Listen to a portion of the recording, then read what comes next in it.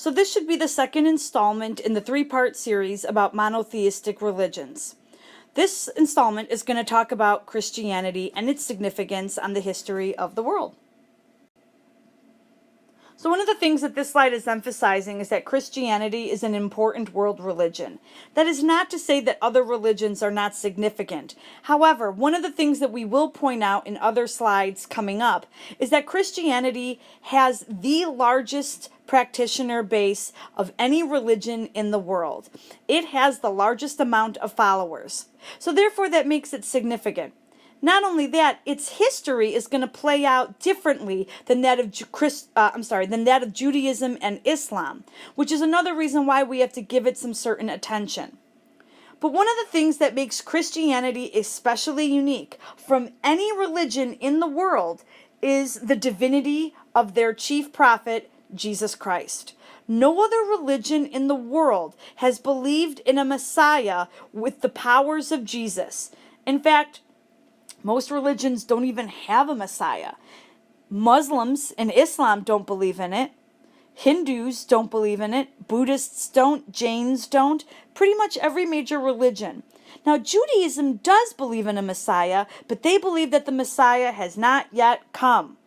So, again, that's why Christianity is significant, placing that importance, that divinity on Jesus Christ. Again, you can see that we are emphasizing and repeating the significance of Abraham, the founder of all monotheism. But again, as you guys already probably know, Jesus is a significant figure as he is basically the root of the teachings of Christianity, as well as the 12 apostles. Now, in the Catholic branch of Christianity, the 12 apostles are considered saints and are worshipped in and of themselves. However, a lot of other branches of Christianity do not believe that the apostles should be worshipped. They are merely followers of Christ.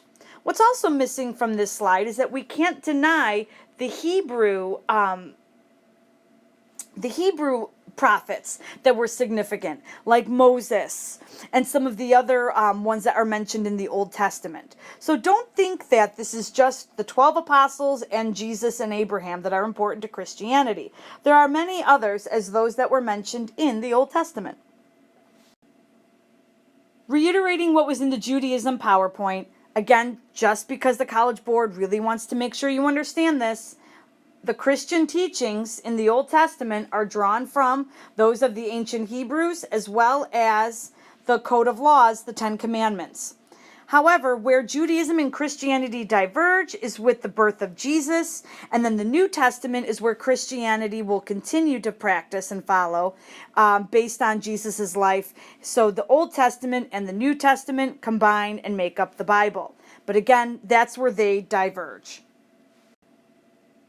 So this slide may not look like it's containing a lot of pertinent, deep information, but there's a lot of things here that we need to look at, and you will eventually see what I'm talking about. First of all, if we look at this point here, that it shows that Christians are mainly in Europe and the Americas, has a deeper meaning. For example, this means that Christianity is primarily a Western religion. The further east you go, the fewer Christians you're going to encounter. That's going to tell us a lot about the culture of the peoples on the Eastern Hemisphere. Not only that, but when we look at the second bullet pointed area about their weekly services, you'll notice that there are some gender issues that pop up, particularly in the Christian branch known as Catholicism. Catholicism focuses primarily on males as members of the clergy. Only priests can be males only. Women are nothing more than mere servants, nuns. However, in other branches, as you can see down here, for example, the Protestants will allow some pastors to be female. But one of the things that we need to make sure you guys recognize is that Catholicism is the first form of Christianity to develop. It is the first group of Christians. And the fact that they were preventing women from playing a part in the religion is something that the College Board really wants to make sure that you understand. That the earliest Christians and their leaders were primarily isolated to just the male gender. We're going to talk a little bit about some of these Christian branches, but we're not going to spend a whole lot of detail on it. You'll see that in the next slide.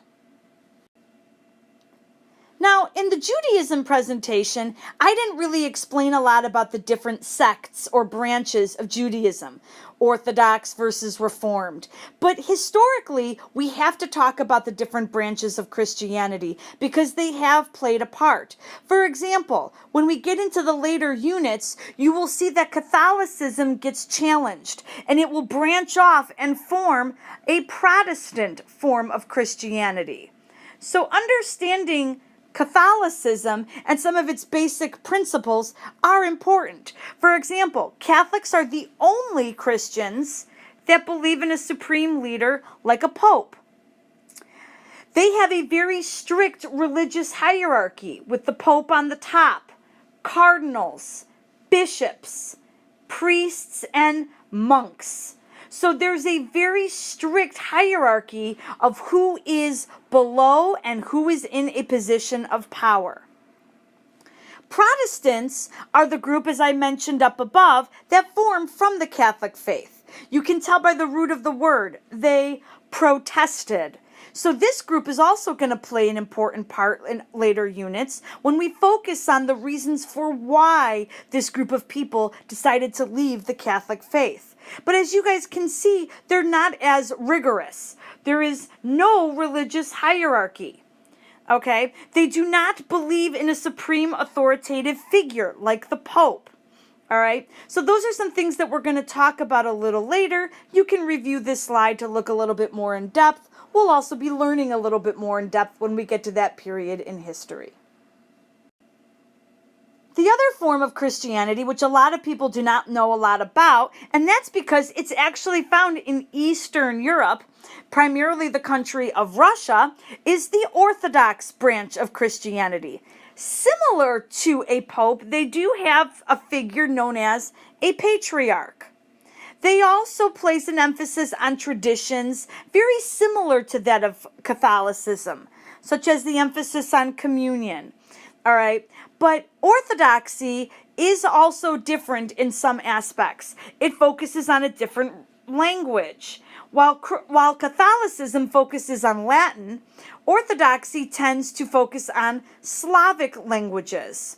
It's, again, as I mentioned, primarily in Eastern Europe. So, again, this is going to play a role, especially in the development of when we talk about Russia rising to power. So it's important that you at least recognize this faith, especially when we get to that part in history. The most significant aspect on this slide that I want to focus on is how did Christianity increase in popularity? If you remember with Judaism, there was a diaspora. The Jews ended up fleeing and leaving and forming little isolated communities. That's not how Christianity worked.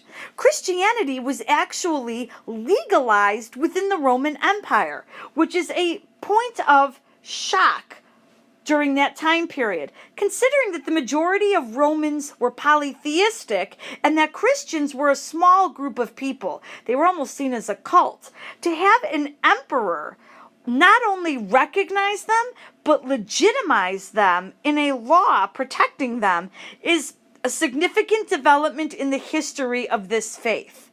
Who knows what would have been the future of the Jewish empire if a Roman emperor who controlled the kingdom of Israel legalized that faith? We may be looking at a very different history. But the fact of the matter is that by this point in time, the Hebrew people were scattered around in little communities. The damage had already been done to the strength of their faith. But the fact that Christians were still in numbers in the Roman Empire allowed an emperor like Constantine to legalize them and legitimize their faith. You may be asking, what made Constantine do that? Apparently, he saw a vision of Christ right before he went into battle, and he won the battle. That convinced him he needed to convert to Christianity. Granted, he still practiced some of the elements of polytheism, so he wasn't a true Christian. But the fact that he legitimized this faith was a huge step forward in helping this faith gain popularity and spread its beliefs. Aside from legitimizing the faith, Christianity faced an uncertain future when the Roman Empire ended. It was overrun by barbarians who adopted polytheism. So once again, the faith was in jeopardy. And this slide also highlights a difference between the Christian faith and the Jewish faith. If you recall from the Judaism presentation, missionary work was not important to the Jewish people. It was not their main goal to try to spread the faith. But since Christianity gained so much notoriety under Constantine, they felt the need to continue that momentum, and they felt threatened by the rise of the barbarians. Hence the role of missionaries to spread the faith. Because of the missionary work, slowly but surely, multiple tribes of barbarians began to convert, and an empire of Christians began to develop, known as the Holy Roman Empire.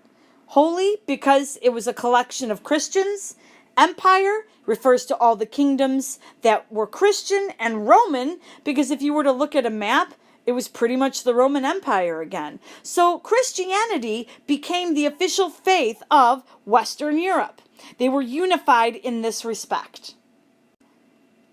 This slide will address the final two ways in which Christianity was spread.